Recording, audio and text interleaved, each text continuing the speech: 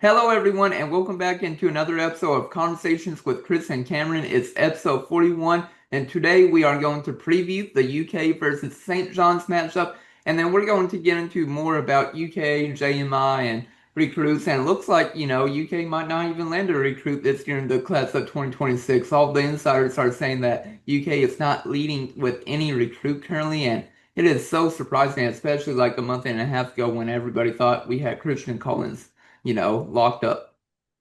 Yeah, there's been two different times it's felt like we've had a recruit locked up between Stokes and Collins, and then Yeah. they both kind of swept through. So, Yeah. a lot to get to in this episode. Mark Pope, though, episode 41. So, Yeah. we'll get straight to it. Episode 41. But in the meantime, how are you doing, Cameron, before we get into it? I'm doing well with coaching basketball and just being in the full midst of basketball season. It's fun. It's a lot of chaos. I mean, trying to obviously Kentucky doesn't play a whole lot during this time of the year, so it's not too bad. But for high school hoops, man, it's like busy time. But wouldn't trade it for the world. So it's been a lot of fun, doing well though.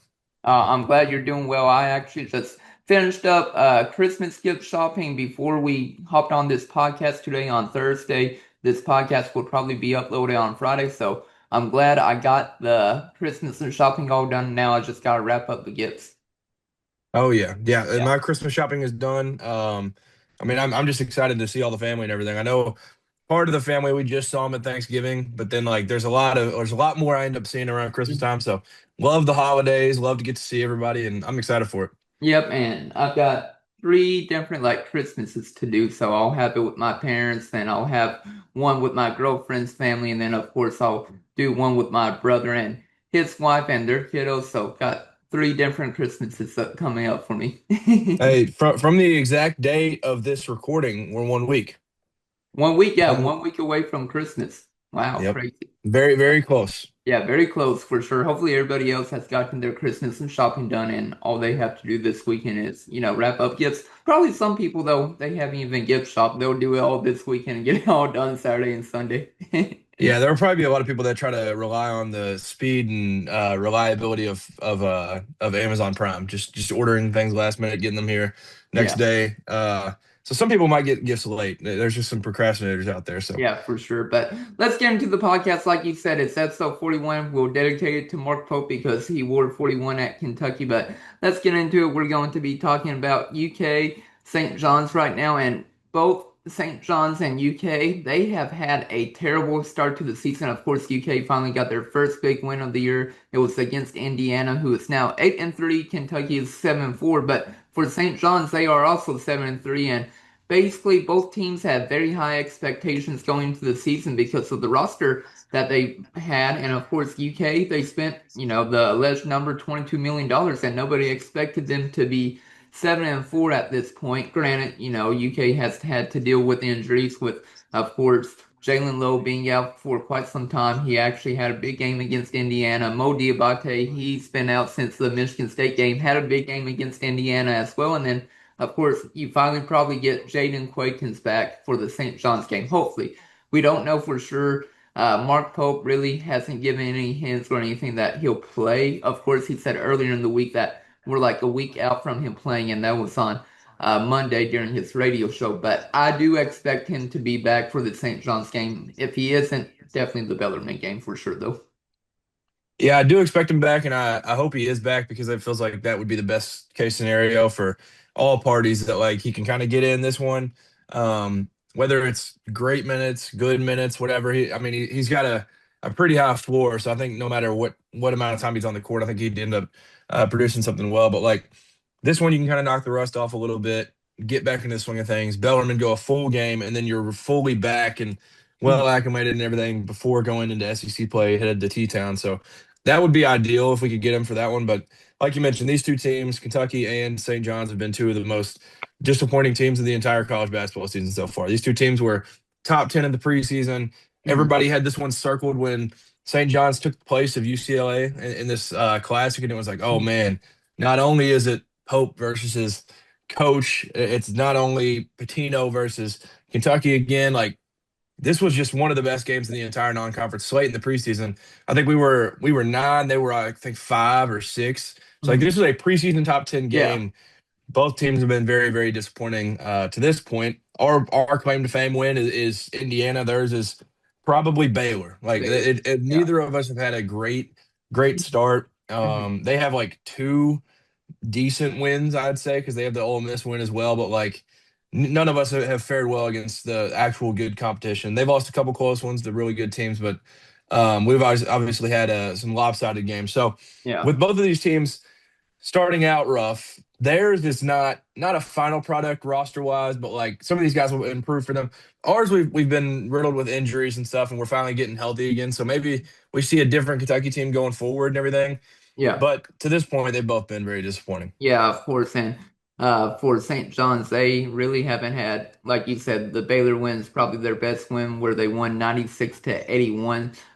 For St. John's, they also lost to Iowa State in a nail biter, 83 to 82. It was a blowout against Auburn, 85-74. Wasn't even close.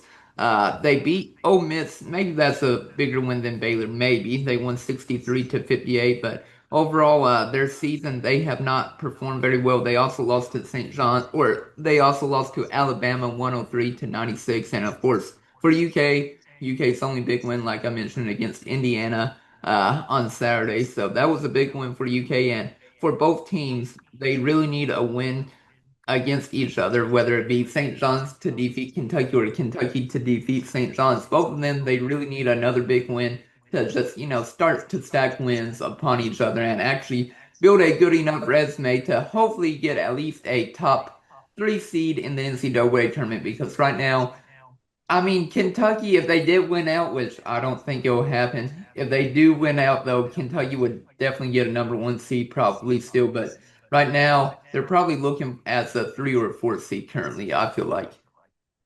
Yeah, I would say so. I mean, I would lean maybe four. I don't know, but obviously it depends on how it all Yeah, shapes out from here. But I mean, this is almost it's not a must win for both, but like this is kind of a desperate time for both these teams going into this one. Where I mean, for us, we obviously will have more opportunities, I'd say, going into SEC play, but we've yeah. also lost a lot of what our resume was going into the year. Where I mean, we already have the four losses against teams that we should have beaten. For Maybe not them, the all Big of them, but East. some. What's that? Maybe not all of them we should have won, but Oh yeah, most of them. yeah. Well, in the preseason, at least I thought because Gonzaga was like 20 something, Michigan State was like in the late teens. Like maybe not the Louisville game in the preseason, but like going into it, we were like, okay, we should probably go. I don't know, one maybe two Two losses, losses, but here we yeah. are with four losses already through five of them. Yeah.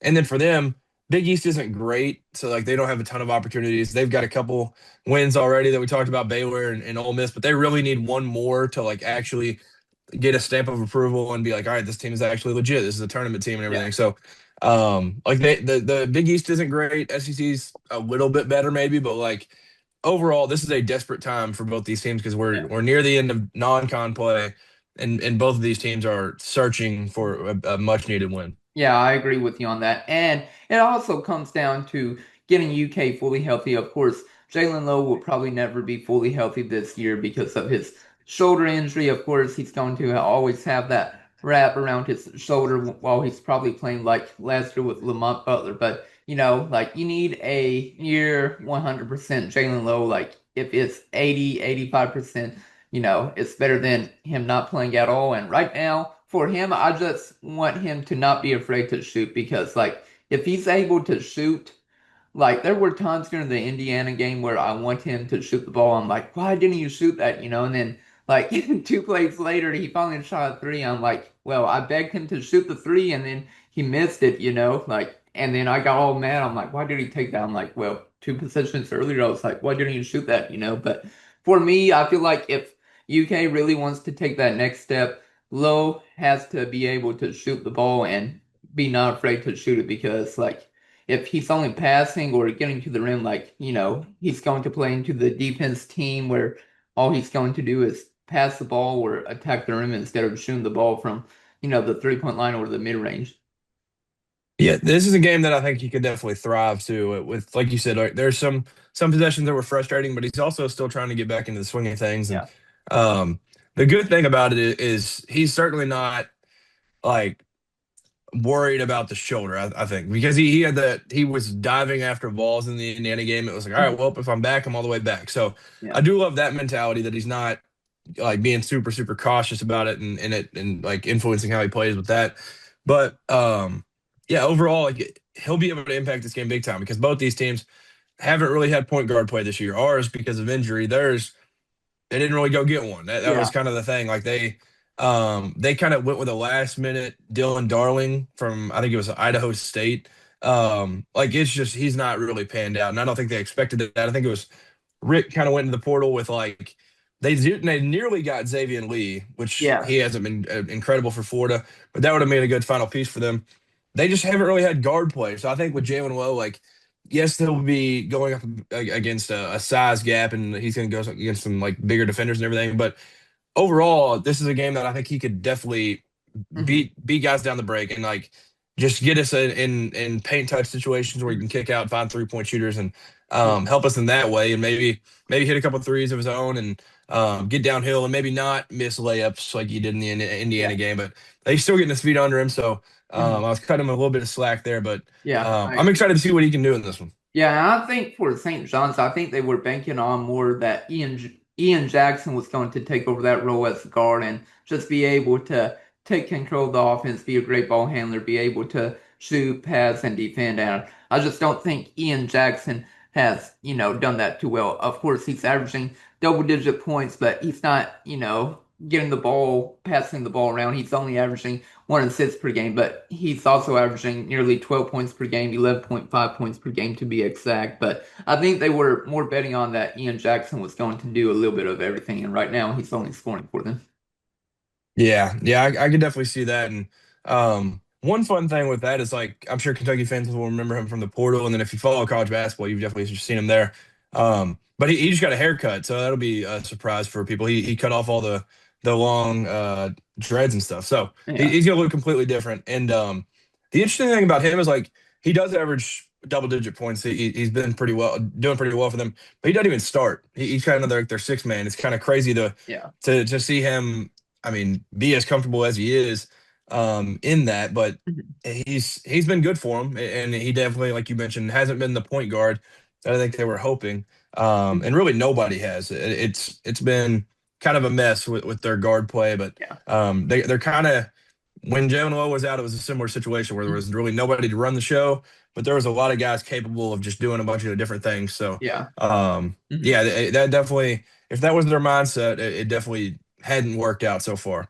Yeah, it definitely hasn't worked out. And basically, for St. John's team, of course, Rick Pitino, he used to coach at UK in Louisville. So, it was cool to see Rick Pitino come out to the Big Blue Madness and 2024 it was. Yeah, I'm trying to remember the years, but it was cool to see him come back. And then, of course, who would have thought, a year later that UK would be facing off against St. John's, Rick Pitino and everything. But Rick Pitino, he's been basically doing the same thing as Mark Pope, where he's not really playing guys over, 30 minutes a game. Like the highest minutes distribution right now is 28.6 minutes per game, and that's with their big man with Zuby.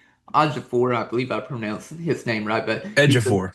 Edgefor. I was so Yeah. close, but he's the highest player right now, and he's only averaging 28.6 minutes per game. Basically, it's evenly. Oh wait, no, I lied. It's actually Osiah Sellers, my bad, but he's only averaging 28.7. But it's crazy to think about that.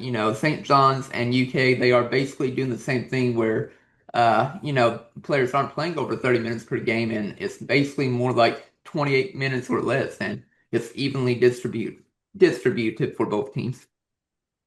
Yeah, you mentioned Osiah Sellers. He's kind of a guy that I wish Kentucky would have gone after late in that portal because he's got a shot on him. Like, and that was Yeah, kind of the one thing that we were lacking the entire time, and they picked him up late, and he was a super, super big pickup for them. I didn't think he'd lead them in minutes yeah. when they got him, but It's only Isaiah about a Sellers, tenth of a minute though. yeah. I thought maybe he'd be more like fifth or something. Like I didn't Yeah. think he'd be like up there with the top of the top guys, but he has been good. I mean, he's been able to run the show at times too. Like he's been able to like he only averages 2.1 assists, so it's not like he's just out there turning into like white chocolate or anything. But like he's out there doing his job, getting them into certain things. So he's able to fill it up points wise and kind of control the pace of the game. And then you mentioned Zuby, like that's kind of the two that have played a ton. And then like I mean, I'm sure we'll talk about him, but the third guy Yeah, with B Hop, yeah, we're familiar with him. But like this group, yeah, like you said, they don't play. You're not going to see just the same core on the court the entire time. It's going to be a full rotation of guys, similar to Pope, where Mhm. nobody's really going to be on the floor for a super long extended time. Yeah. I mean, seven players for them play 18 minutes or more, which I just find that insane as well. Yeah, that I mean that's wild. They Yeah. are they're deep, but they have their core for sure with those seven. Yeah, for sure. But let's talk more about St. John's and everything. Let's talk about Bryce Hopkins. He is surprisingly the leading scorer. Of course, everybody knows who he is. He played at UK before transferring to Providence, and then of course he transferred again to St. John's. And UK also defeated, Providence whenever Hopkins was on the basketball team in the NCAA tournament. So John Calipari got his lick back against Bryce Hopkins. But Hopkins, he's the leading scorer for them. He's averaging 14 points per game, along with 4.5 rebounds, 2.5 assists, one steal, and then he also has two turnovers. But he's shooting very well from the field, over 50%. But he's not a consistent three-point shooter for them. But he averages nearly 24 minutes per game. But he's going to be more attacking the rim like he did well at UK and Providence. Like he won't be the person that will be shooting a ton of threes for them. But, Hopkins, we all remember him. We all want him to get more playing time. It was sad to see him transfer. And of course, he also tore his ACL while at Providence. But I'm glad he's fully healthy again and he's doing well for them. Yeah, I do love to see him. I mean, he's battled injuries like a lot. He got injured, what twice now, where he's had to miss a season. So, yeah, he's a guy that I'm definitely rooting for. And I mean, my friends would tell me I'm lying if I was the biggest Bryce Hopkins fan when he was at Kentucky. Yeah, I was not a massive fan. He obviously had that LSU game where it was like, yeah. oh, this dude needs to play more. But I was never a huge fan of him there, but then when he left and I feel like had more freedom to like open up and expand his game a little bit, I kind of fell in love with him. Like as just a college basketball fan, I was like, this dude, B Hop, man, he rocks. So B-Hop, going yeah. out there, leading them in points, it's been awesome to see for them. And overall with him, Zuby, some of these other guys, like they are extremely athletic. They Mhm. play above the rim. Like you would never know Bryce Hopkins had ever been hurt in his career. Like he still Yeah. has those springs. He gets up and down quick. Like he's super physical. So it's going to be a challenge for us to handle him. And like you mentioned, we played him once before. Cal got his lick back. They didn't really do a whole lot against us, but I think we'll definitely see a different version of B Hop and a much better version. Yeah, for sure. And it'll be interesting who takes on that task. I believe, you know, since you said Ian Jackson is probably the sixth man, he is the sixth man for St. John's. I would say probably you put Otego away on Hopkins if I had to guess when, dealing with matchups and everything. But moving down the list for the roster for St. John's, their second leading scorer is, of course, Zuby Ejiofor that we mentioned earlier, but he's averaging 13.9 points per game, 7.2 rebounds, nearly three assists, nearly a block, and or nearly one steal, and then three blocks for them as well. So he's just a defensive beast, and it'll be interesting. I want to talk about right now. I want to talk about Jayden Quaintance because if he were to get some playing time, he would have to guard him. Now I'm not saying Quaintance will play. More than likely he will. I'm like I said, just guessing, but if I were to guess he plays, he's probably going to play anywhere between 10 to 15 minutes if I had to guess. Probably more like 10 to 13 minutes, but it'll just be interesting to see, Quaintance and Ejiofor going at it with each other. And, that's going to be a big time matchup if Quaintance does play. Yeah, that would be an absolute like bruiser right there between those two. Like two absolute units, two very strong guys. But yeah, Zuby, he's gonna be a handful for whoever's on him outside of JQ because JQ physically could handle that. But I mean, he is physical. He's Mhm. very like strong in how he plays too. Like Yeah. I mean, he will rip through, get putbacks, all this different stuff. He is an absolute monster Yeah. out there. So dealing with him, I mean, you mentioned his numbers. He's been one of the best bigs in the entire country in the sport this year. So Mhm. hopefully JQ plays, like you said, like 10 to 15 minutes or something. And maybe he can kind of make him like not play well for that little stretch. But like outside of that, I'm curious how we're gonna do it. If we're gonna try to double the post when he gets it in there, or like what's gonna happen. But we can't just let him get rolling because he's been an absolute monster all year. Yeah, I feel like Diabate or Marino could handle him. Or if you bring off, Garrison off the bench, and hopefully Garrison can continue to play like he did against Indiana, because even though his stats didn't stand out, he was doing everything right on the defensive side along with the offensive side. So, like we do have the big men to face off against him, but it'll just be interesting to see who comes out to play, because sometimes these players, it doesn't look like they have any energy. Like during the Gonzaga game, it looked like Marino didn't have any energy, but then you brought Garrison off the bench, and Garrison looked a lot better than Marino during that game. Yeah, I think I would guess Mohamed Diabate Yeah. would be my guess for sure. But um, which that's also an interesting wrinkle is like, isn't he from Queens? Isn't Mo from Queens? Yeah, Mo's So from. like he's from where St. John's is. So this is a Yeah. little not personal, but it's at least the hometown team and everything. But yeah, I would guess Mo just physically. Hmm. I don't know if I would trust Malachi fully. He's just like Yeah. for how physical Zuby is, I don't know if he could really handle that. But the Indiana game version of Brandon Garrison, that one could handle and be able to contain a little bit of Zuby. And maybe Malachi proves me wrong when he's paired up on him, but between those three, like you mentioned, like we have the bigs and the Hmm. stamina and everything to be able to wear him down and take care of him. Yeah, and everybody at the beginning of the season thought, UK would have probably the best big man rotation, of course, once Quaintance returned, but it hasn't been shown really recently. Like the Indiana game, yes, with Garrison and Marino playing great, but it really hasn't been shown throughout the whole season. It felt like Marino has been like the best big man for UK so far, and you feel bad for Garrison because we all expect him to take that leap, and hopefully he does, because like I said, right now Marino's the best big man until Quaintance returns. But I could see the minute distribution once everybody's fully healthy being like Quayton's 25, Marino like 15, and then Garrison like 5 or something.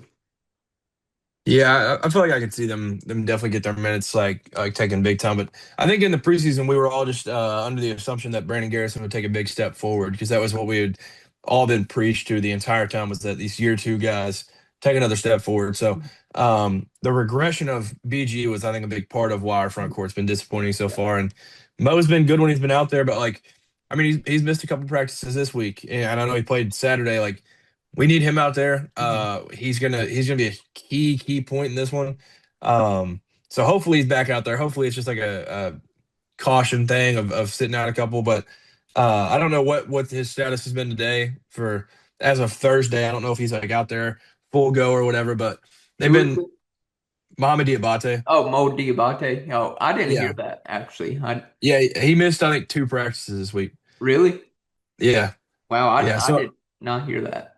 yeah, I'm hoping it's just being cautious because Yeah. like he even before the IU game, it was kind of looking like maybe he wouldn't end up playing, and then he ends up playing, and obviously he played really well. It had a double double.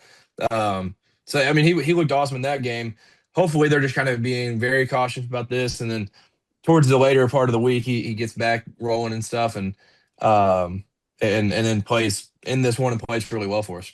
Yeah, like I'm looking everywhere online. I don't see anything about Mo Diabate. Jack Pilgrim said it. Oh, he did? Yeah, I don't Dang. remember if it was on. Maybe it was on Sources Say or something. I Yeah. listened to part of that. Maybe it was on there, but Yeah. yeah, he had talked about how he had missed a couple practices. Yeah, well, I mean, he's been dealing with, I think, a torn ligament in his foot or something to that extent. I forgot what he's been dealing with. Of course, he hurt his ankle slash foot during the Michigan State game, and like everybody was wondering if he would be back for the Indiana game. He was, and he played phenomenal. So hopefully, he will actually play again against St. John's, because UK will need him. They will need everybody on this year's team. Yeah, no doubt. And I'm sure he's gonna want to beat the hometown team, the team that he grew up being near. I don't know if he ever grew up a fan of them. I know he was a lot of people from New York, especially during that time, weren't big Johnny's guys because they weren't very good. But maybe just when it's a team against from your hometown, a little edge to it. So like maybe he's got a little something personal for him. Yeah, let's talk about Jayden Quaintance real quick. So I'm going back to this is a couple years back whenever Aaron Bradshaw broke his foot, and he came back for the loss against UNC Wilmington. It was terrible, 80-73 UK lost in 2023. Everybody was ready for Sean Calipari to go because they're like, how do you lose to a team like this, especially at home? But Aaron Bradshaw made his return in that game. He only played 13 minutes along with 3 points and 2 rebounds. But what do you expect for Jayden Quaintance, if he does come back? Like how many minutes he'll play and then like how many points, rebounds, and blocks? Oh man. Yeah, I think just off of the vibes and everything, and part of it is just that the social media team has been pumping JQ content. They've been Yeah. slowly, I mean, putting him in their stuff. So I think he'll probably play. I would guess he'll play 13 minutes Yeah. and maybe go out and maybe get fouled a couple times, end up with 4 or 5 points or something in his first outing, maybe 6 boards. Like maybe he'll just it'll be a slow return, but Mhm. I think you'll be able to feel it though. Maybe a couple blocks or something. Like you'll be able to like know that he was out there and like he'll affect the game big time. Even though maybe the stat sheet doesn't show it, but I would guess maybe 4 and 6 or Yeah. something. Like he wasn't a good free throw shooter last year, so I'm assuming that he makes a couple of those. And I know for his rehab and everything, he's been shooting a lot of free throws because there's not been a whole lot over the summer he's been able to do. So I'll go with like 4 and 6 for his Yeah. stat line with like 2 blocks in Yeah. like 13 minutes. Yeah, I agree with you on that. I expect him to probably play maybe like you were saying 13 minutes. I'm going to say I'll go throw a number up. I'll say 12 minutes and I'll say he'll probably have 6 points. Probably I'll go with 3 boards and like 1 block or something like that during like his impact will be definitely felt, during the 12, 13 minutes that he'll probably play if I had to guess. Yeah, no doubt. I feel like so the NBA, like they're obviously very, very analytically driven and everything. Like they have their like measurement of like guys like Rudy Gobert, Victor Wembanyama and stuff, like the shots that are altered um that guys don't take. Like they have a way of like valuing like where guys get their foot in the paint and then they like think about shooting kick out. Like I feel like we'll see some of that. Like Yeah. college doesn't have that level of Mhm. analytics for Anyway, us to where like it shows the impact that he makes on that type of stuff. But I think you're going to see it, and you're going to see like altered shots where oh, guys are going to go up and they'll be going up regular, and then they'll like throw something out like on the side, and it'll be wild. His presence will definitely be felt whether the numbers on the stat sheet show it or not. yeah, I agree with you. And last year for Quakinson, we'll get back to talking St. John's, but last year as a 17-year-old freshman, hard to believe he's only 18 now, but he averaged 9.4 points per game, nearly 8 rebounds per game, 2.5 blocks, 1.5 assists, and 1.1 steals per game. So he was a defensive beast, and hopefully this year he can get into double-digit scoring, like average that for the season. Like it would be great to see him average a double-double throughout the whole year, like have 10 points, 10 rebounds, and then of course like 2 or 3 blocks and one steal, 1 assist. Like that would be insane to think about if he had that stat line for the whole year. Yeah, that would be awesome. And like you said, as a 17-year-old freshman where a lot was on his shoulders, he still did that Yeah. and had good numbers overall. So Mhm. I'm very excited about it. And I mean, shout out to the UK Sports Network. They're putting out some like day in the life with him or something. And he said his number one goal is obviously just be the best version of him and all that, but like be the number one pick. And the Yeah. best way to do that is just go out there, like you said, average double double, and make your impact like seen and felt on the defensive side, Mhm. whether it's actually blocking shots or completely tearing up an entire team's like offensive mindset when they get around the rim. Because Mhm. he could definitely do it, and obviously it's gonna be a very very tough year to be number one with how good this freshman group's been. But Mhm. he's still a dude that could go top five, top 10, nonetheless. So like Mhm. I'm very excited for his return. He's an absolute beast, and I know around BB and Twitter and everything, there was that clip going yesterday of him just dunking Yeah. one in practice, and it was like, oh boy, like Yeah. we're Hopefully. we're here. So with him being full go, I'm excited to see him. And obviously, I think the one thing is maybe stamina wise, we'll Yeah. see because he hasn't played a game in like 10 months. Yeah. So 10 months. uh like I mean we're getting to that point where maybe he's gonna have to be limited just because not only being cautious, but because maybe he just can't go fully Yeah. yet. So he'll get back to that point, but being out this long, it's very, very tough to just jump right back into it. Like I feel like if he wanted to, of course, not nothing up to Mark Pope or the staff or anything, but I feel like if it was for Quakens, he would want to play 30 plus minutes against St. John's.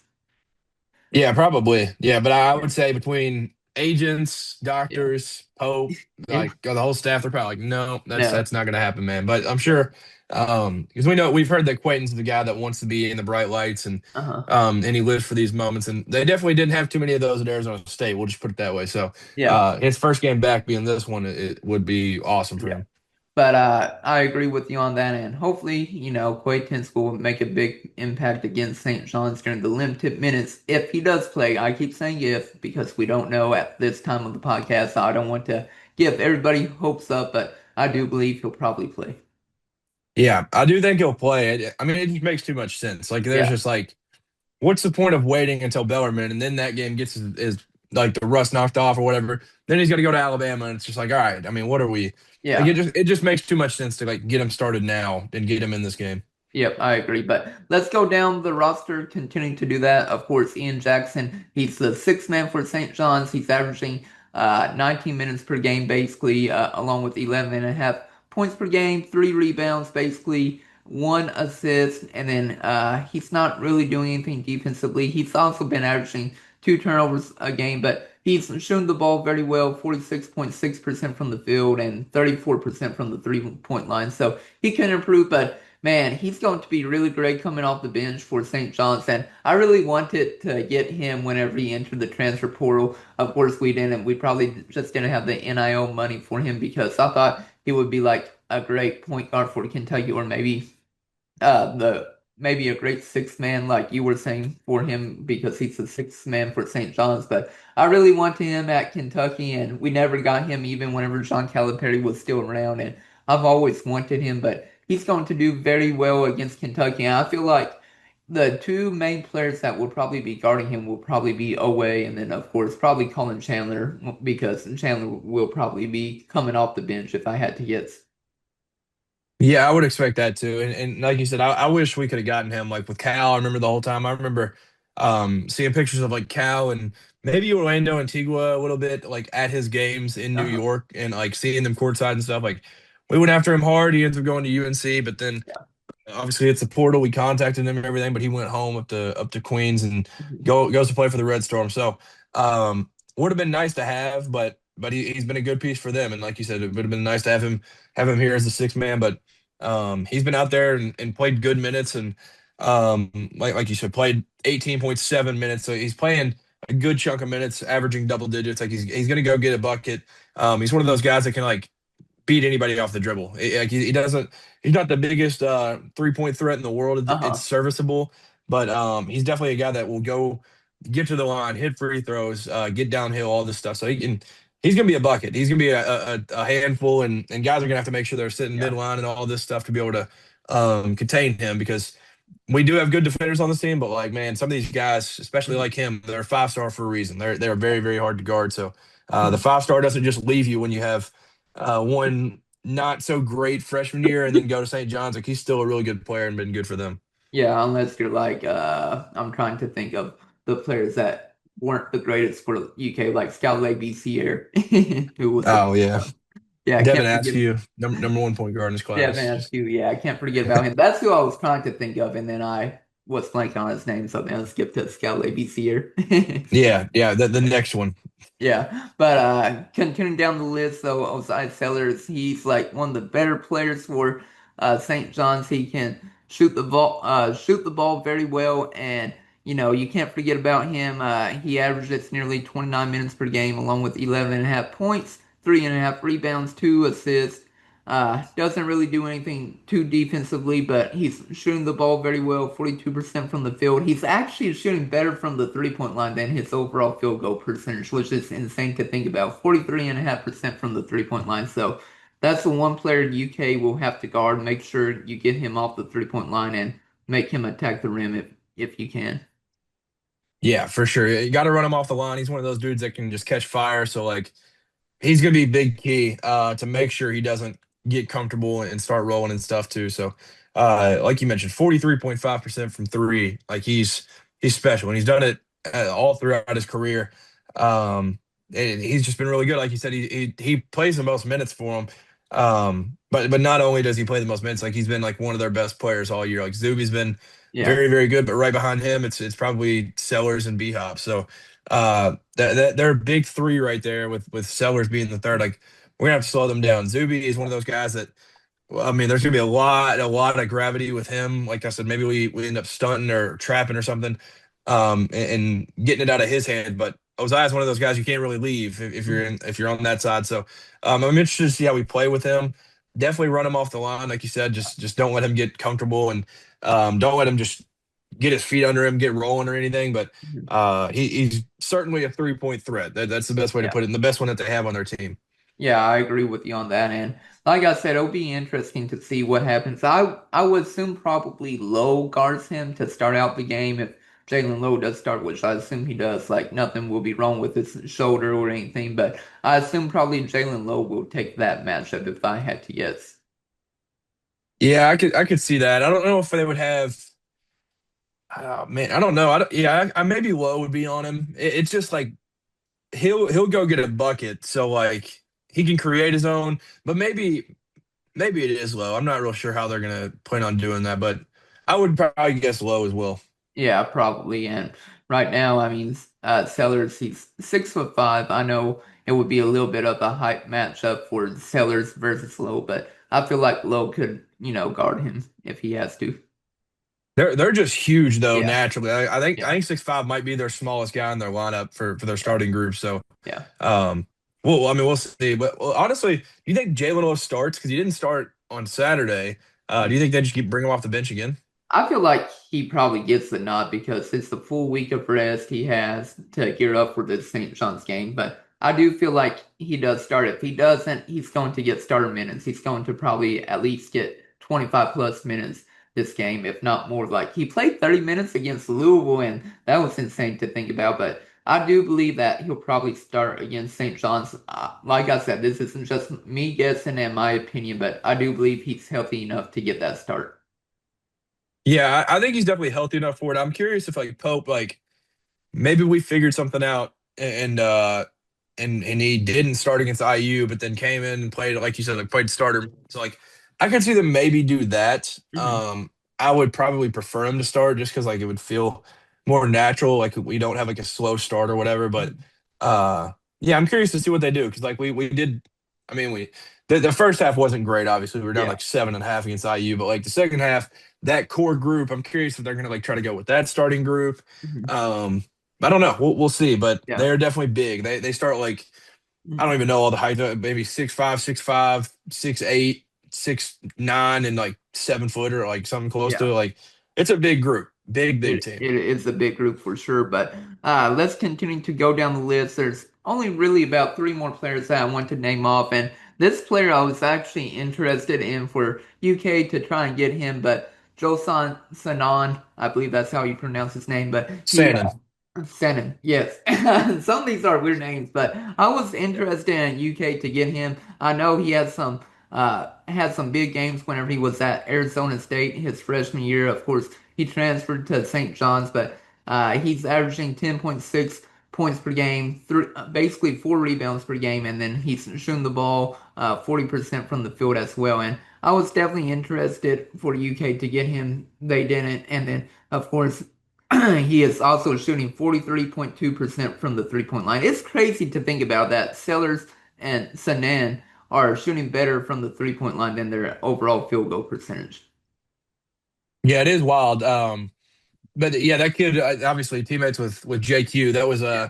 Arizona State pulled out the pocketbooks for that because they I mean that duo right there, they were two big time 5 stars. So Mhm. um but overall, I mean he's had in their big games, just on saying, and he's had 7 points against Bama, 7 points against Iowa State, 2 points against Baylor, but then he had a good game against Auburn. But like 7 points against Ole Miss, like he's not really performed in the big Yeah. lights. I mean, the other games he's had a 15, 13, 10, 15. Like maybe some of the bright lights are too bright for him. Mhm. But I mean, he's one of those guys that can obviously shoot the three. So Yeah. it's like yeah, but you got to respect it, and he's an athlete too. So like, he's gonna be a very tough guard. And he's also 6'5", so he's got some length to him. And I'm interested to see how we handle like him and Sellers because those are guys that you can't just leave them. Like they're a team that can't really shoot overall, but Mhm. that's the two that you're like, Yeah. oh man, these two can't let these guys just get rolling or anything like that. So um, I'm curious, like you said, I wanted him at UK.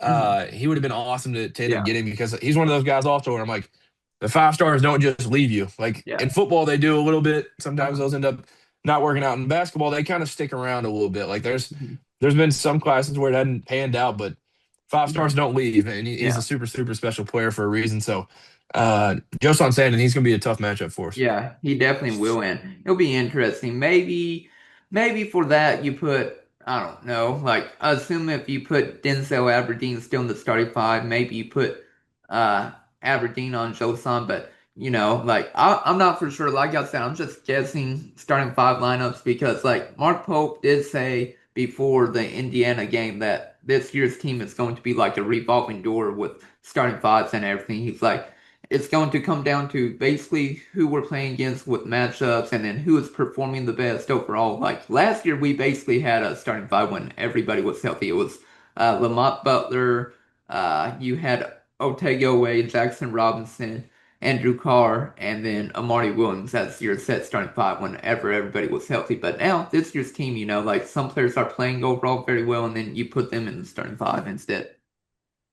Yeah, it's been a weird start to the year. Maybe this is a team that like I know we used to joke on it during the Cal era, but maybe it's a team that is actually built for March. Like you'll end up seeing this starting five like end up growing and everything, and like we end up figuring out who it's actually supposed to be. But to your point, it's been a mess so far because of injuries, because of bad play for some guys, because of just trying different things out. It's been a mess, but we're at the point of the season where we're in the thick of it, so it's gonna have to kind of you have to figure it out one way or another. And we don't have that core five like you mentioned last year, but hopefully that comes soon.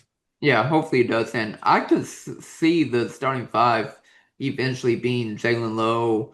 I would say the two you could vary in between every now and then with either Denzel Aberdeen or Colin Chandler, and then the three, of course, they'll take away. The four being Mo Diabate, and then the five being Jayden Quaintance. I feel like four of the five are set once everybody's fully healthy. I just think it'll come down to the two, whether you want Chandler or, the more leadership experience with Aberdeen on this year's team. Yeah, I would probably agree. I'd say with Lowe, Aberdeen, Owe, Mo, and JQ once he's back, Malachi right now. But it's been an interesting group, and it's like really hard to figure out which guys perform the best off the bench, which guys need the start or whatever. Like, and we haven't really figured that out yet. Like, there's Yeah. been some games where some guys have popped off being off the bench, but then they've had an opportunity to start and they didn't do as well. So it's been hard to read, but I do like that. Like you could kind of see in the second half of that Indiana game, like we're getting a shortened group and it's getting cut a little bit. So I'm excited to see kind of what ends up happening with the core lineup and everything because it's slowly getting that way, and we'll get to that point at some point. Yeah, I agree with you on that. But let's continue to talk about. There are basically only two other players I want to bring up for St. John's, and then we can talk more about JMI, UK, Christian Collins, all that good stuff. But I want to talk about the next player, Dylan Mitchell. I remember him. He was actually at UC because that's where my girlfriend went to school. So I do remember going to UC basketball games, seeing him play, and then of course he transferred to Texas last year, where of course UK. I still can't believe they lost to Texas last year, but I do have a little bit of history just with Dylan Mitchell with UC Bearcats. But this year he's averaging basically 10 points per game, 6.5 rebounds, 2.5 assists, and he's a 6'8" senior, and he's shooting it very well. Granted, close to the rim and everything, but he's shooting 64% from the field, and that's insane. He's not shooting the ball from the 3-point line at all, 0% from there. But overall, he's playing very well for St. John's, and he's going to be really great against UK as well. Yeah, no doubt. Out of high school, he was. I don't remember if he was like a low five or a four or something, but I remember when Texas got him, it was like, oh yeah, this dude's all right. But then you mentioned it at UC, he ended up being a pretty good player for him and figuring it out a little bit. So then he goes to St. John's, and he's been a great piece for him, just as a depth guy that's just been able to find some minutes and perform well in some big games. So he's definitely gonna be another guy that we're gonna have to watch out for, especially on the boards too. He's physical. He's 6'8", so he's strong, athletic. So got to keep him off the boards big time. Mhm. And yeah, I mean, he's one of those guys. I feel like if he's out there scoring a lot, then like maybe you adjust to it. But he's one of those guys. I feel like maybe just give him a step, let him try to score in different ways, but Mhm. just keep him off the boards. Yeah, you just can't allow him to get close to the rim. Like you have to figure out ways for him to catch the ball outside of the paint. Like you cannot let him get the ball inside the paint and then like he's easy money from there. Like he'll be able to score.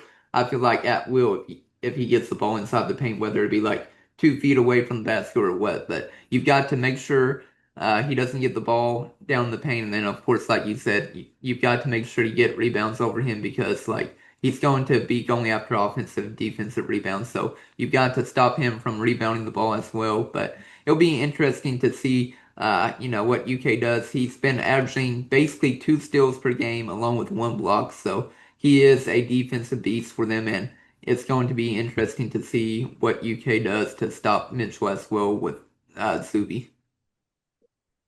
Yeah, for sure. He's one of those guys that I feel like is the like run starters, momentum starters that like Mhm. you mentioned, his defense has been good. He's got 11 blocks on the year, so like he goes out there and he can rim protect and get boards, get them out on the break and everything. But um, like I said, give him a step. He's taken 5 threes this year, hasn't hit a single one. Was 10 for 34 last year. The Mhm. 2 years before that, he hadn't hit one. So like he's not a shooter by any means. Yeah. He'll be able to stretch it, but like it's not that he's a threat out there. No. So I'm excited to see just how we handle him. Like he's one of those guys that I feel like, yeah, if he scores 10 points and it's like, all right, that stinks. But as long as it's like keeping him off the glass and not allowing second chance points out of him, I think we'll be okay. Yeah, I agree with you on that. And then the other player I want to mention, and then we can talk a little bit more about Mark Pope and Rick Pitino, and then we can get into Christian Collins. But like you mentioned earlier in the podcast, Dylan Darling, he's the guard for him for St. John's. He's been averaging basically 20 minutes per game, but he really doesn't have really big stats at all. Like he is almost at 6 points per game. He has 3 rebounds, 2.5 assists, but he does average 1 steal per game, so he will pick your pocket and everything. But he really hasn't been doing too well, 36.6% from the field and 20% from the 3-point line. So it's another name that you have to watch out for, but he probably won't be like the main reason why St. John's wins the game. I mean, he could hit some clutch shots at the end, but I feel like for him, he won't be the sole cause reason that St. John's defeats Kentucky. Yeah, I don't think so either. But like you mentioned, he's a name that you definitely gotta watch for. Hmm. Um, Transferring over from Idaho State and everything, like not many people know him, and I think Johnny's fans were like wanting him to be a true point, but it ended up being to the point that like it was like, yeah, this just isn't really going to work. And he's been like he's not even played in some games with the Alabama game. I remember he didn't play, and um, he's been very limited on minutes at certain times. So he's just not been exactly what they wanted. But you mentioned he can steal it a little bit, so he's a super active guard, and he'll be getting up in people's grill and being annoying about it. So offensively, he doesn't have a ton of Yeah. threat for us, but he's also one of those guys that could certainly catch fire. I mean, he's St. John's recruited him for a reason, and Hmm. Patino saw something in him that he liked. So Yeah. definitely one of the names to watch out for as of late in the game, but like he's not one of their premier guys. So Mhm. I'm interested to see how we end up doing this with Yeah. him. And then a couple of things I want to talk about St. John's though. They only make 8 3-pointers a game. They shoot about 23 a game, and they shoot about 35% from the field. So a team that you really don't have to worry about from the 3-point line. They're going to do most of their work inside the perimeter, inside the paint, and everything. So you don't really have to worry about their 3-point shooting. Then again, we said that about Michigan State, and then they made like their first like 6 threes of the game to begin the game against UK, which was awful. So for UK, you don't have to worry about the 3-point line. Just make sure you're guarding the ball once it gets inside the perimeter and making sure they don't get any easy paint touches and don't allow layups or dunks. Yeah, like the Michigan State game where we talked about like, yeah, they can't really shoot, but you also have to like at least respect them. Like you can't just be Yeah. like, all right, yeah, just go have a shoot around. So at least give them a step, but like close out. It's going to be one of those type games. But before we like move on from this game, I was just looking before we had started and jumped on and everything. it's so wild how similar these two teams are. Where I said they've both been extremely disappointing so far, but in Ken Palm, St. John's is 18, Kentucky is 19. That's In crazy. Ken Palm, St. John's is 24th offense, we're 36 offense. Their defense is 15th, ours is 16th. Like it's like crazy how similar these two teams are. Hmm. Um, Other than the and offense, yeah, yeah, the offense is a little bit different than I mean, even in the net, St. John's is 23, we're 28. So it's yeah. unbelievable. They haven't won a quad one game. We haven't won a quad one game. Like we're just in a very, very similar spot. I thought Both kind Indiana of was a searching. quad one. It doesn't say it is, but Oh, yeah. never mind. It actually says it's let me see. It might let me see. Once I because I have it on the small screen, so once I start scrolling everything, all the numbers get jumbled. It might have been a quad one game, but Yeah. um I'm not sure. But I Yeah. mean both of us we don't really have big I, wins. Like we've yeah. lost all the big ones. So we're in a very, very similar spot overall. That was kind of my point there.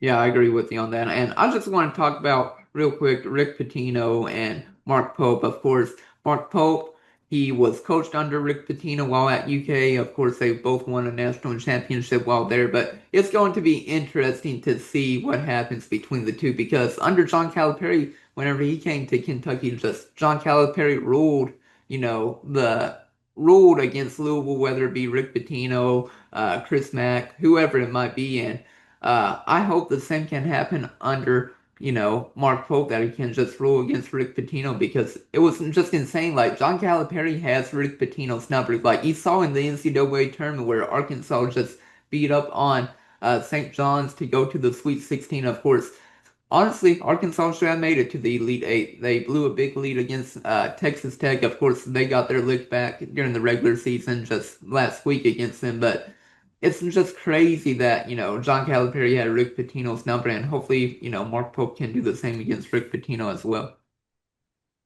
Yeah, to your point, we are 1-4. So the Indiana game was quad one, but they have no quad one victories, so they're 0-3 in those. Oh, So wow. but similar spot. But like you said, Pope, I mean, he's got an opportunity to kind of do what a lot of people haven't been able to do in the history of like college sports, where they go against their coach. Like Nick Saban for a very, very long time, it was like 40 something and 0 before Mhm. Jimbo Fisher finally beat him in 2021. Like Yeah. these like the guys that coached them never end up losing. It feels like so. Uh-huh. It's going to be an interesting spot. I'm sure for many different reasons it's going to be a very, very emotional game. I mean it's not to the same level, but like when Cal came to Rupp last year with Yeah. Arkansas, it was like, oh man, like this is a big time opportunity, everything. So I'm curious how Pope's going to come out in this one. I hope it's not so far with these type of games, it's been flat and we've Yeah. not performed well. So I'm hoping that Pope can get the last laugh right here, beat his old coach. And maybe it's the only time we end up facing off against him because like we won't. But now that it's the classic, we won't play him for a few more years.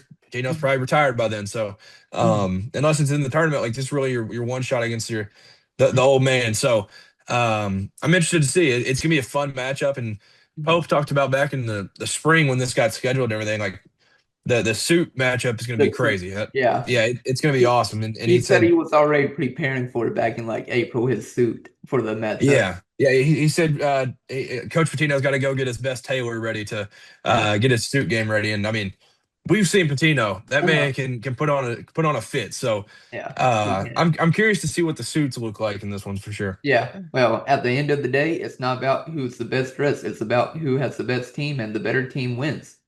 Yeah, I don't care if it looks like Pope got dressed in the dark. I just want to win a game. Yeah, I don't care what it looks like. yeah, I agree with you on that. But like you were saying, like, the predecessors, like you were saying, Nick Saban would always beat his former assistants and everything. And I just want Mark Pope to get another win. Like I said the other day, basically, like UK got their first big win of the year. All they need to do now is defeat St. John's, get Jayden Quaintance back, and then just land one big time commitment from, the high school senior class of 2026. And if Mark Pope can do that, then he has the whole Kentucky fan base reignited under him and everything. And it'll be interesting to see if, Mark Pope can at least do all three. Like it would be great to do at least two of the three with defeating St. John's and getting Quakens back, and then maybe later on getting that top freshman talent. Yeah, Saban was 28-3. I was curious just like what it ended up being. So it was Uh-huh.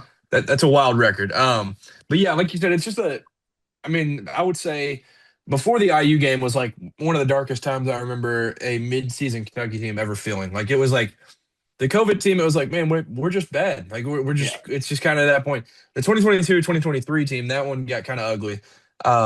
But this year it was just bad because it was like there's no recruits to look forward to. They're like there was absolutely nothing going good.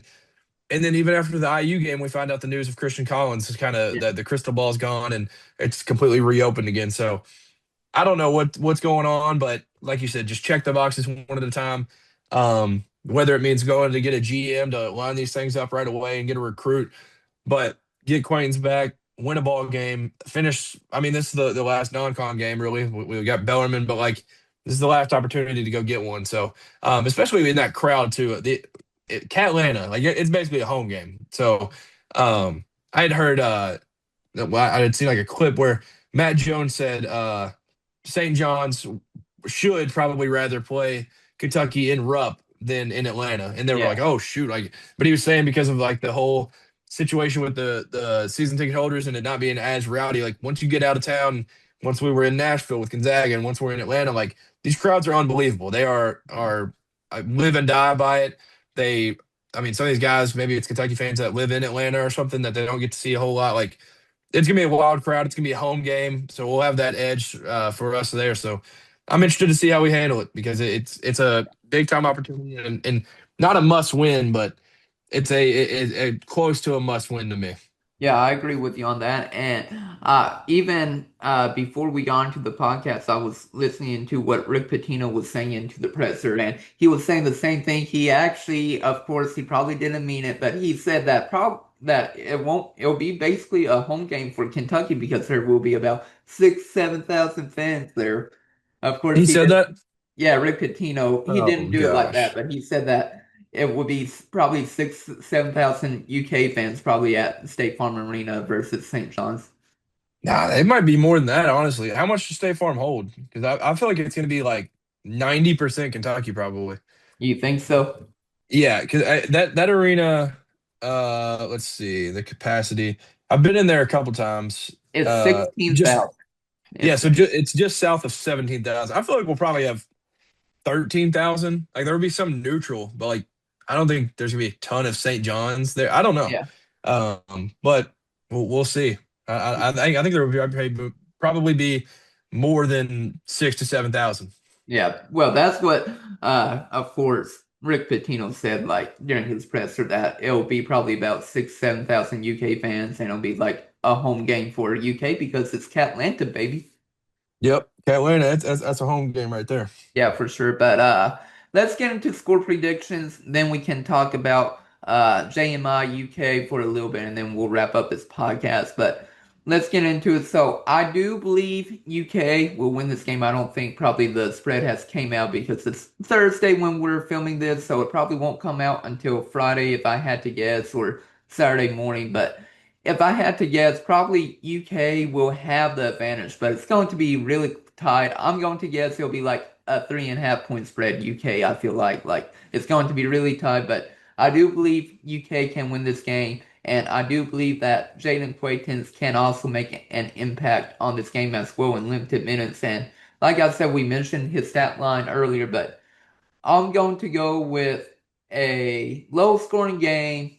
I'm going to go 76, 71 UK. It's going to be really tight. It'll come down to the buzzer, but UK escapes the game at State Farm Arena, gets the win, and I'll go with my player of the game being Oteo Way. He's going to just no, I'll take that back. I'll go with the big man. Like if Mo Diabate, I'll say for if Mo Diabate does play, he'll be my player of the game. If he does, then I'll go with Oteo Way. But for Mo Diabate, he's going to have like 10 points, 8 rebounds, and like 2 steals and like I don't know, 3 assists or something. But if he doesn't play, I'll go with OA and I'll say for him he'll have like 14 points, 7 rebounds, and like 2 assists for the win.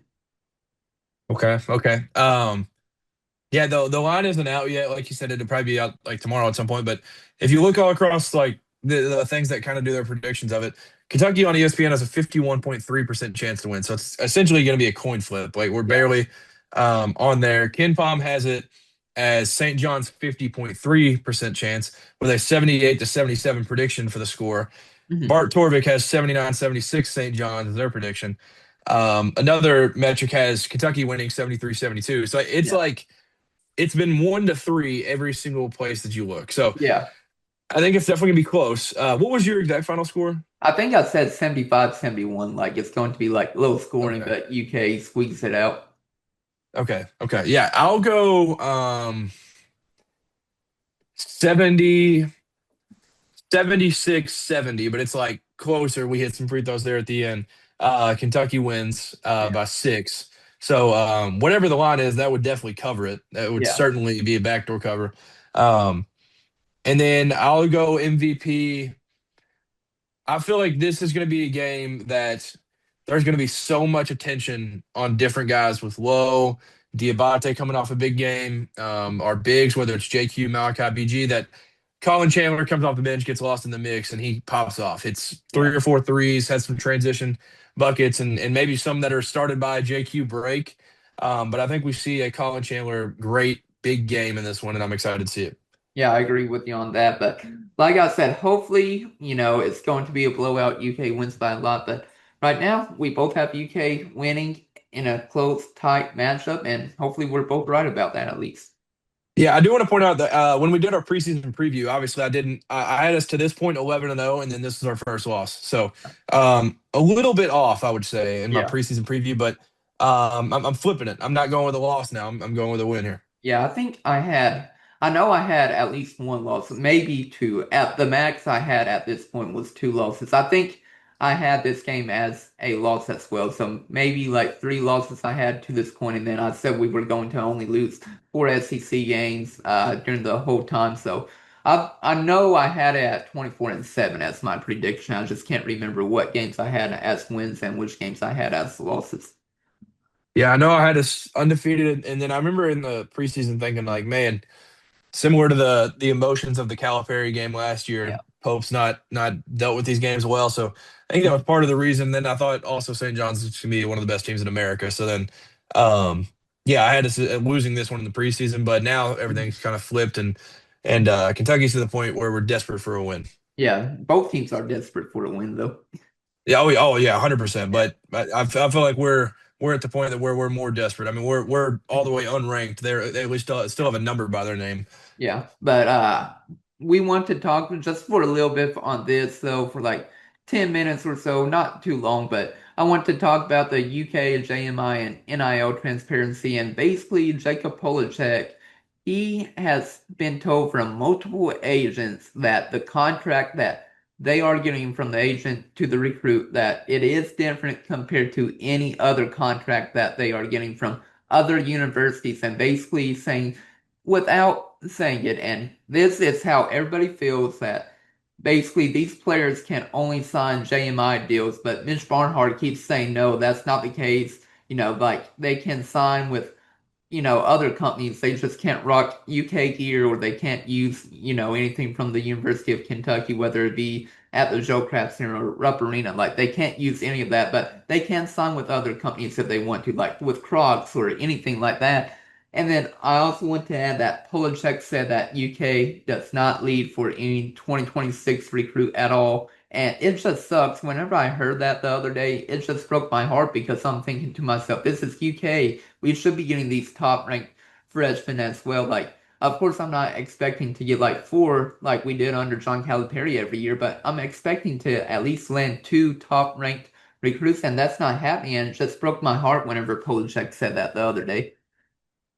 Yeah, it is heartbreaking because, like you said, like we should still be getting like two, and especially at this class where it seems like two that really, really, really want to be here, and we can't get it worked out to where they can end up here. Like Christian Collins wants to be a Kentucky Wildcat, Tyron Stokes wants to be a Kentucky Wildcat, but the thing that's holding them back is the JMI situation. Like that's it. It's not that Hope hasn't recruited well because like that's the reason they want to end up here. Like it's not only the brand of Kentucky, like he's done a good job of also recruiting and everything. Like Jason Hart's been out there recruiting his tail off and everything. We just can't land a single one. And Yeah. um the only thing that you can look at it is JMI at this point. Like every other school, Duke has had guys commit, sign. I mean, there's a couple that we're just a hat on the table. Deron Rippey completely knocked us out, but Caleb Holt, we're a hat on the table, and he's going to go elsewhere. And like, it's just a terrible situation because this group, honestly, like I think Caleb Holt would probably be here.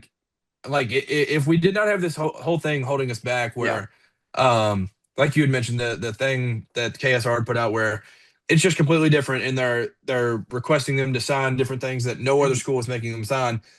It's holding us completely back, and we should have two, if not three, 2026 commits. But like you Mhm. said, Poachek said that we aren't even leading for a single one right now. So Yeah. we're in a very, very dark spot in the recruiting world. Yeah, I agree with you on that. And basically, the core concern is sources with Polish that claim recruits are being asked to sign away NIL rights that would typically remain untouched at other schools, which is a major red flag to all these agents and recruits right now. And then before the Indiana game, Mitch Barnhart publicly defended the JMI partnership, reiterating that Kentucky athletes are not prohibited from signing third-party NIL deals. But the one thing that is missing with this is Barnhart acknowledges that athletes opt into certain aspects of the JMI process, but it remains unclear what recruits are required to agree to upfront to come to Kentucky. And it just makes me wonder, like what is in this contract that is making these, players uh, not come to Kentucky? Of course, like we've been saying that there are certain things in this contract that aren't in any other university that, agents and players are signing, which I just want to know like what it is exactly that, what's in this contract that another university doesn't have. Yeah, I'm very curious what it like looks like overall, but I mean, it's a problem, obviously. Like all these agents and everything that have come out and been like, "Yeah, we're just not going to sign that." Like that's just ridiculous. Like Mhm. we're the one school that has this problem. Like everybody else is just doing their own thing and allowing the freedom to these guys to, I mean, grow their name and use their name for their money, which is very, very deserving and what they should be able to do. But the whole JMI situation, like Mitch had said, like, yeah, they can still sign with outside and non-UK affiliated companies, but they're making it very tough to. And like you Yeah. said, maybe not wearing the brand, not doing it at UK and all this different stuff. Like there are very, very, very big limitations for us, even though they can technically sign with other companies outside of JMI and non-UK affiliated, but like there's so many big limits, and that it's Mhm. very, very. I understand why these agents and stuff don't want to sign it. Like it's Yeah. you can go elsewhere and not have to worry about it that at all, and these kids can make limitless money wherever else they go. So Mhm. these guys are huge brands. They don't need Kentucky. I think as much as like JMI wants to think that they're in that boat, like they can get this money wherever. They could go to. I mean, obviously last year you see with Arizona State, like they got two 5 stars last year. Like they don't care where they're going, they Mhm. would like to go to Kentucky. And if you match the offers and make everything about the same, Kentucky gets that edge there. But if you can't like offer much less, have these limitations on NIL and all that you can do, other schools are going to blow you out of the water with that, and that's what we've seen so far. Yeah, and I agree with you on that. And just talking a little bit more, I mean, Matt Jones has even offered to get Mitch Barnhart onto KSR for an interview, but KSR has said that they have not received a response, and it's basically adding to so many questions about communications and clarity. Granted, of course, Mitch Barnhart went on to the UK Sports Network, but you know who the UK Sports Network is owned by? JMI. JMI, of course. So it's just frustrating because everybody just wants an open answer, open, honest answer about JMI, the NIL stuff, because it's just sad to see that UK is not landing any recruits right now. And hopefully that can change, and it needs to change immediately because UK has to land at least, I feel like, one or two recruits at least in this year's class and then go hard in the transfer portal. Yeah, I mean, it also just stinks because like, when's the last time we saw a kid that had Kentucky ties that left the state that also went to an area that we have a recruiter on staff that is really, really good at recruiting? Like that doesn't just happen. Like it's literally Tyron Stokes has been in our pocket and we're just letting it slip. Like it's crazy. Him and Christian Collins want to be Wildcats so bad, but they're just gonna go elsewhere, and that's the situation we're in because we're for lack of a better term, I mean being held hostage by JMI. Like that's kind of what it feels like. We're just like we can't get things done, no matter how hard the staff is working and everything. And I know Pope is not, I mean, completely free off of it. I'm sure there's some different things that he's done, and KSR has written about that too, where he's done some things like maybe not not doing them well. But like even through that, if JMI was just normal, like then we're getting these guys. So Yeah. it's a very, very ugly situation. We're not landing recruits, and I mean, if you want to argue for JMI, then I don't understand how, because that like we just haven't done anything that remotely makes you think that we have any chance of getting any of these guys. Yeah, I'm trying to find my old tweet, but I can't find it. But UK, I finally found an article from the Lexington Herald Leader, but it says UK has offered 21 players in the class of 2026, and some of them they have already, committed elsewhere, like Jason Crow, he ended up at Missouri, Taylor Kinney at Kansas. But it's crazy that UK has offered 21 players out of the top 100 in this year's class and they still have not landed any of them. Like, how do you offer 21 recruits and not land one at this point? Yeah, I mean, Calipari used to offer what, like eight, maybe at the Eight? most, and we Yeah. get three or four. Yeah, Yeah, get three or four. it's wild. Like we knew everybody was a little hesitant with post recruiting and everything, but he hasn't had an opportunity to really show it, like because of just like the handcuffs that JMI has him in. So it just stinks. It's a terrible situation, and obviously, like you can win by getting the portal guys, but like I mean, look across the country. The best teams in the entire country are heavily impacted by freshmen. Like Duke's one of the best teams in America. They have Cam Boozer. I mean, Iowa State, they have a freshman from like France or something. Like they're still getting these guys. Arizona's number one in the country. They have Koa Pete. Like they and even for them, like Braden Burries, they have multiple. A lot of these teams are just loaded with freshmen, and those are the best teams in the entire country. So I don't understand how you can just look even the guys that aren't known really. I don't remember what the name of the kid for Tennessee, but they have a good freshman that's just going out there balling and playing good minutes for them. Like we have nobody even remotely Yeah, close to committing to Kentucky right now, and it's just extremely, extremely terrifying. it is extremely terrifying. And I was also looking, they offered 9 out of the 10 players, like the top 10 players right now in the class of 2026, they offer 9 out of the 10, and they still haven't gotten one recruit. It's funny too, like it's extremely sad, honestly. The that we're becoming the like hat on the table because they know that Pope's not done a good job with recruiting and the way that he's like kind of handled it all, and he's got, I mean, he's just trying to can't like handle it all while he should probably be focused on coaching, hire a GM to do the rest. Yeah. Like, but they're putting us as a hat on the table just to boost their numbers because of like another school will offer a little bit Yeah. more. And Yeah. like Kentucky's never going to outbid or do anything to get us in a position to land these guys. So it's Yeah. just it's so sad to where It we're see where we're at right now. it is so sad. Like, how do you offer 9 out of the 10 players in the top 10 and not at least land one big fish of the 10? Yeah, Zero. zero, zero. Zero. We still haven't seen Pope land a commit outside of Kentucky. Yeah, you're right about that. Very sad to see. And I do believe, for Christian Collins, I do believe it had to deal with more JMI. And I won't get into the big reason why Christian Collins hasn't committed to Kentucky. You can probably do some research and find that out. But I do believe there was something more for Christian Collins on why he didn't commit to Kentucky. Of course, it had to deal with the contract negotiations with JMI and Christian Collins and his agent, of course, but I do think there was like one big impact on that. And if it weren't for that, I feel like Collins would be at Kentucky or committed to Kentucky.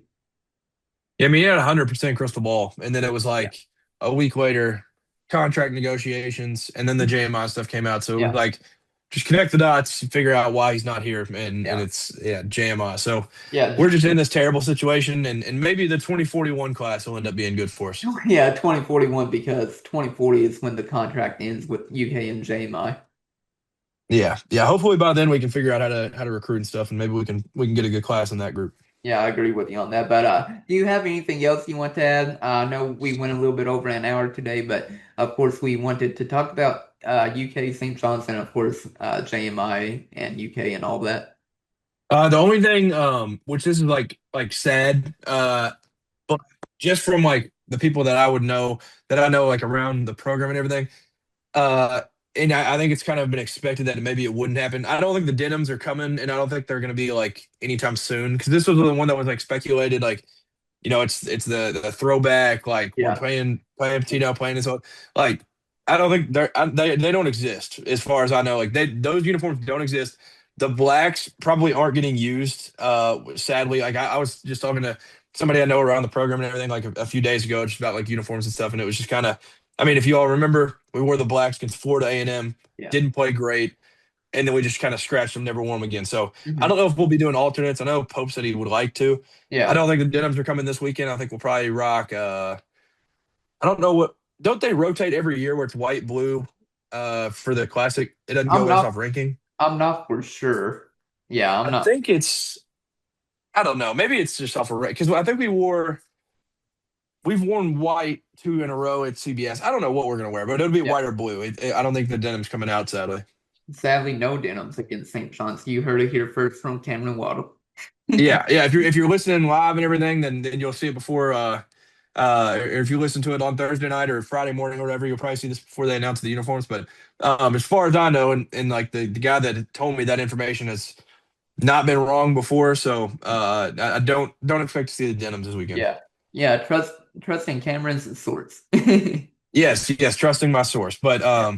and obviously, I think maybe they probably shouldn't be pulled out right now, anyways, with how bad this season's been so far. Yeah, I agree. Hey, maybe it would give good mojo though if they wore it and they won, but like you said, Yeah, they probably won't wear it though.